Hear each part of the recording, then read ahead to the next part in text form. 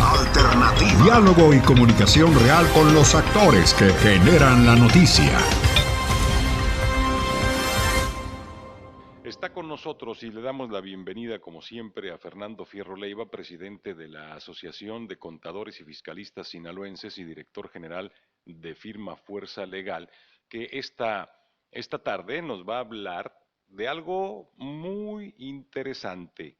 ¿Qué pasa si mi proveedor está en la lista negra del SAT?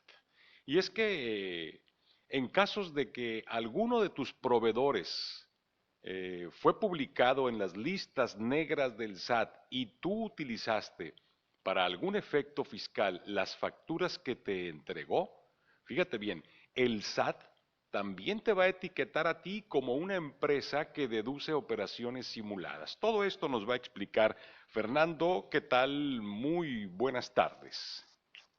¿Qué tal, Manuel? Muy buenas tardes. Un gusto saludarlo de nuevo. Igualmente, Fernando, pues es un tema muy controversial esto, ¿eh? Sí, es un tema al que hay que estar muy atentos todos los contribuyentes. Hay que tener mucho cuidado por las consecuencias graves que esto puede acarrear. Estamos hablando de una afectación muy seria, muy fuerte, dependiendo de las circunstancias, al patrimonio de los empresarios, y también hablamos de una posible vinculación a delincuencia organizada si se dan ciertas conductas que pueden encuadrarlas, tipificarlas como delitos. Esto se viene dando, Fernando, desde el año 2013, ¿no? Que se establece en el artículo 69B de el Código Fiscal. Sí, en el 2013 se publicó la reforma al Código Fiscal de la Federación, que entró en vigor en el 2014, y donde ya se incluyeron algunos preceptos legales que incluyen pues un ataque frontal a este tipo de prácticas indebidas, ilegales, y con el paso de los años, al día de hoy, pues se han endurecido el marco jurídico, con reformas constitucionales incluso, reformas a los códigos penales, de procedimientos penales, a la ley de combate a la delincuencia organizada, incluso a la ley de seguridad nacional. Se le han hecho adecuaciones en aras de combatir ciertas prácticas pues que han sido muy lesivas para el erario, ¿no? Durante muchos años, como antecedente te platico, que pues esta práctica de simular operaciones, es decir, de algunos empresarios de adquirir comprobantes fiscales que amparan operaciones simuladas, inexistentes, pues no es del todo nuevo, no es una práctica que yo creo que surgió muchas veces en las gasolineras. No sé si recordarás que pues era muy común que algunos empresarios llegaran a las gasolineras y, oye, pues dame unas facturas y ahí te voy a dar para las cocas, de la gente que no te pide factura, y esas las reducían y las hacían buenas para bajar los impuestos, tanto el ICR como el IVA principalmente, aunque tiene repercusiones también en las utilidades de los trabajadores y en otras cuestiones. Entonces esa práctica que se daba así media naturalita de un acto de agilidad mental de algunos empresarios, como que fue tomando fuerza. Por ahí se acotó esa posibilidad de las gasolineras, exigiendo que todos los consumos de combustible sean pagados vía instrumento bancario y no en efectivo como un requisito. Sí. Pues esa práctica se extendió a otras áreas, ¿no? Y por ahí pues surgieron de repente algunos profesionistas, pseudoprofesionistas, que empezaron a ofrecer esquemas ya de manera más estructurada, más organizada, creando empresas específicamente para ese fin, acudiendo a gente en extrema necesidad para utilizarlos como prestatarios de prestanombres y empezar a realizar este tipo de prácticas de manera pues ya sistematizada y a gran escala, ¿no? Entonces, algunos empresarios, hay que decirlos, que se fue dando la situación que de tener actividades reales, pues vieron, no faltó que les dijera, oye, pues consígueme una facturita ahí mismo de tu empresa. Y pues le hallaron saborcito el tema, ¿no? Claro. De vender facturas. Otros, Manuel, otros que se dedicaron de lleno a estas actividades, pues llegaron a tener tan poder económico, es un negocio tan lucrativo para ellos. Vendían las facturas, ¿no? Vendían facturas como te digo, te expliqué en otra ocasión, podían hacer una factura de 100 mil pesos y esas facturas les podían representar hasta un 80, 90% de ahorro. Así es. A los empresarios, que ahorraban un 30 y tantos de ICR, un 16 de IVA, un 10 de la PTU, y era para los salarios de los trabajadores que no aseguraban, pues ahorraban otros 30 y tantos de aportaciones de seguridad social, impuestos sobre nómina. Entonces, pues simplemente imprimir un papel en aquel tiempo, cuando solo era imprimirlos, pues representaba ese ahorro de un 80, 90% para los empresarios, y ellos pues cobraban pues el 10, el 15, el 8, el 7, luego se fue haciendo muy competitivo ese mercado, y ahí había empresas que te ofrecían hasta el 3, 4% por darte una factura, ¿no? Así Entonces es. las empresas agarraron tal poder económico que luego pues se involucraron también en las actividades formales, es decir, esas empresas ya eran capaces de licitar a gran escala en licitaciones de las instituciones públicas, y por supuesto tener operaciones con iniciativa privada, que siendo reales y siendo de buena fe por parte de los adquirientes, pues con el tiempo se les ha convertido en un problema muy serio. Todavía se da esta práctica, Fernando, todavía, ¿eh? Todavía hay valientes, sí. sí. Yo te puedo decir como despacho que no falta el que vengan aquí de despachos, que vienen de otros lados del país y se establecen aquí, llegan ofertando servicios. Fíjate nomás. Desde luego que no te lo dicen abiertamente, pero va implícito esa actividad.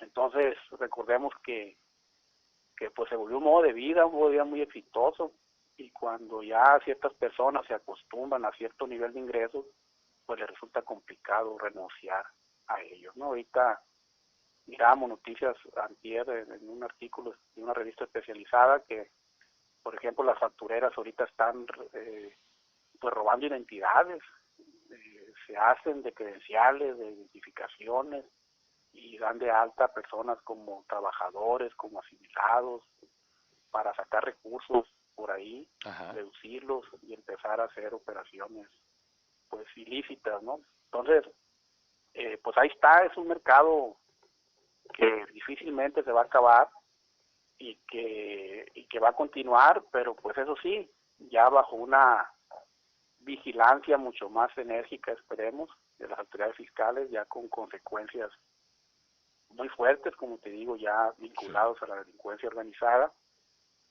y que esperemos que inhibe este tipo de conductas, ¿no? Entonces, la parte que nos preocupa a nosotros como asesores es la de los empresarios que han actuado de buena fe. Muchos han tenido operaciones con algún empresario o con una empresa que le ofrece algún servicio, que le ofrece mercancías, etcétera, y que pues no saben que dentro de las operaciones que realizan esas empresas pues también está la de simular operaciones. Entonces es muy importante que los contribuyentes estén muy atentos, muy vigilantes de esas listas negras, que así le llamamos en el argot contable fiscal, pero no son más que listas de personas que encuadran en los supuestos que establece el artículo 69B del Código Fiscal de la Federación, que te lo leo así rapidito.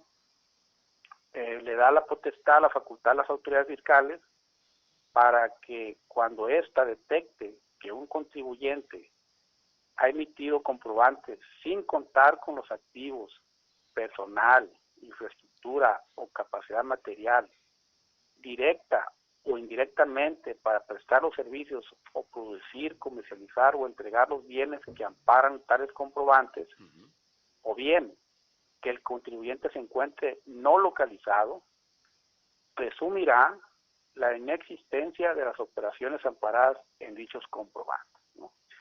Entonces, Manuel, todo nace de una presunción que la autoridad hace cuando ella analiza los datos, las informaciones, las declaraciones de los contribuyentes.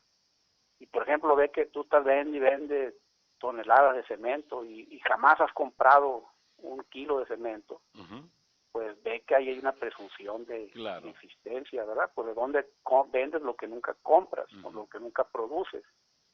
Pero igual ocurre si no te localiza.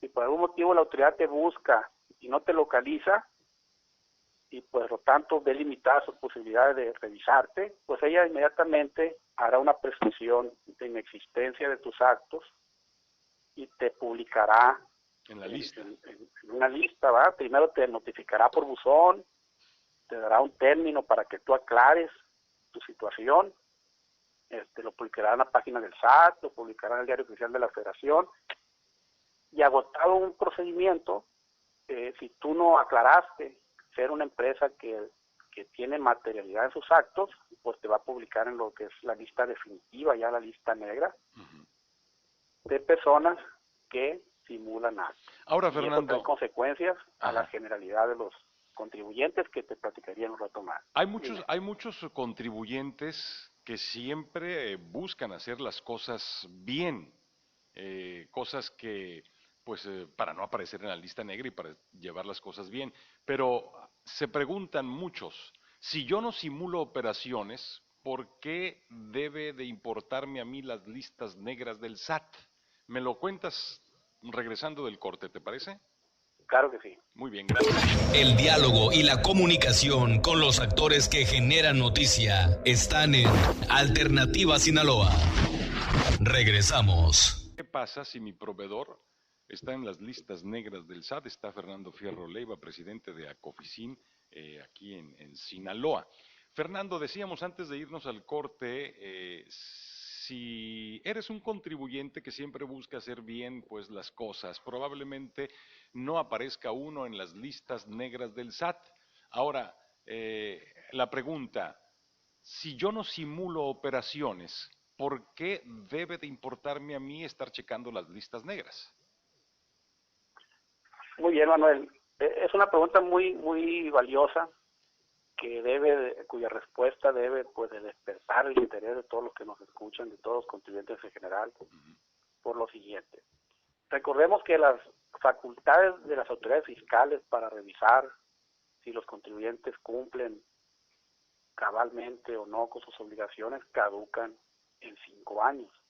Entonces, un contribuyente puede ser revisado y afectado en su esfera por situaciones fiscales hasta por 5 años hacia atrás.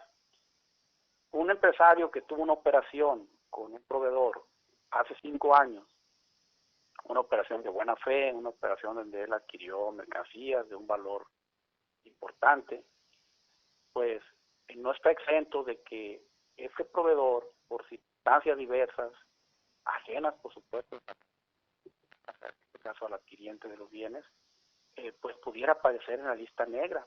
Por el simple hecho de que después de transcurrido unos 3, 4 años, el contribuyente, su proveedor, hace un cambio de domicilio o abandona su domicilio, cierra la empresa y la autoridad se ve en la necesidad de buscarlo y al buscarlo no lo encuentra, pues ese contribuyente tendrá la calidad de contribuyente no localizado. Y esa es una de las causales de presunción para que la autoridad presuma que esa persona realiza operaciones simuladas. Entonces realizará un procedimiento y si ese proveedor no aclara su situación, pues estará en la lista definitiva. ¿Cuáles son las consecuencias? Esa es una de las posibles causas, ¿no? Sí. La otra porque a lo mejor de ser un empresario formal ese proveedor, pues se empezó a dedicar a actividades ilícitas, pudiera ser el otro supuesto. Pero el caso es que ya está en esa lista negra. Entonces las consecuencias de eso es que todas las operaciones, todos los comprobantes fiscales que emitió ese proveedor,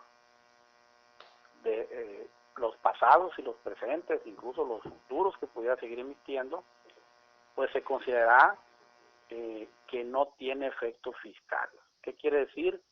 Que todos los clientes de ese proveedor tendrían que nulificar el efecto de deducibilidad de esas operaciones para efectos de impuestos sobre la renta y por lo tanto incrementar su utilidad fiscal, y tendrían que enterarle al fisco ese ICR no pagado. Y de la misma manera el IVA acreditado, pues también entregárselo al fisco, ¿no? Okay. Y probablemente, y también pues si hubo utilidades incrementadas, pues entregárselo a los trabajadores, entre otras cosas. Por eso el procedimiento del SAT establece que cuando detecta que un contribuyente realiza operaciones simuladas, el propio Código Fiscal lo establece, pues esta situación se tiene que publicitar, se tiene que hacer del conocimiento de la generalidad del pueblo mexicano que una persona, contribuyente determinado, tiene el estatus de dos operaciones simuladas. La aplicación pues le da la posibilidad y le concede a todos los clientes de ese proveedor pues un término de 30 días hábiles para que estos puedan acudir ante las autoridades fiscales a aclarar, en su caso particular, que yo como cliente de ese proveedor sí realicé una operación real, materialmente real, y comprobárselo a la autoridad. Pero ¿qué pasa en la práctica? Estas listas empezaron en el 2014, entonces ya son varios años publicándose, ahorita hay alrededor de más de 10,000 empresas en el país, en el estatus de simuladoras definitivas, pues que muchos empresarios no se enteran porque simplemente no están día a día revisando esas listas, ¿no?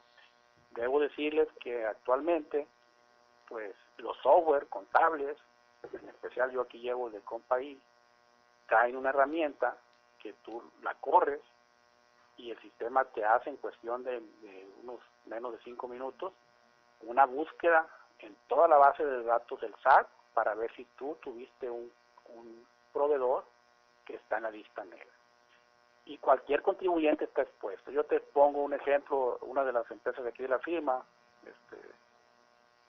que precisamente es la que distribuye el software, Firma Master, sí. Corrimos ese proceso y me resultó que por allá en el 2014 me salieron 2 proveedores que actualmente están en la lista negra. Afortunadamente de montos pequeños, de 600 pesos una, de 800 pesos la otra. ¿Qué fue?